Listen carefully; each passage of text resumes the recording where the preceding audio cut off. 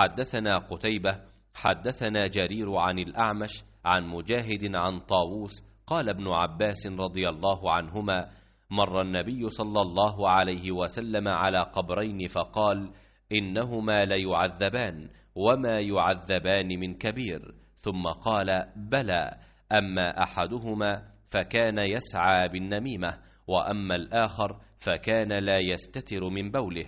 قال: ثم أخذ عودا رطبا فكسره باثنتين، ثم غرز كل واحد منهما على قبر، ثم قال: لعله يخفف عنهما ما لم ييبسا।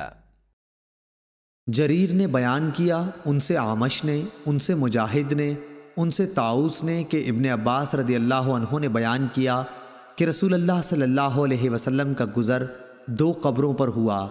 आप सल्लल्लाहु अलैहि वसल्लम ने फरमाया कि इन दोनों के मुर्दों पर अजाब हो रहा है, और ये भी नहीं कि किसी बड़ी अहम बात पर हो रहा है।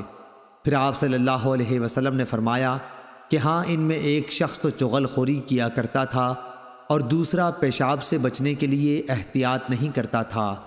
इब्ने अब्बास रदी अल्लाह अन्हु ने बयान किया कि फिर आप सल्लल्लाहु अलैहि वसल्लम ने एक हरी टहनी ली और उसके 2 टुकड़े करके दोनों की कब्रों पर गाड़ दिया और फरमाया कि शायद जब तक ये खुश्क ना हो इनका अजाब कम हो जाए। सही बुखारी हदीस नंबर 1378।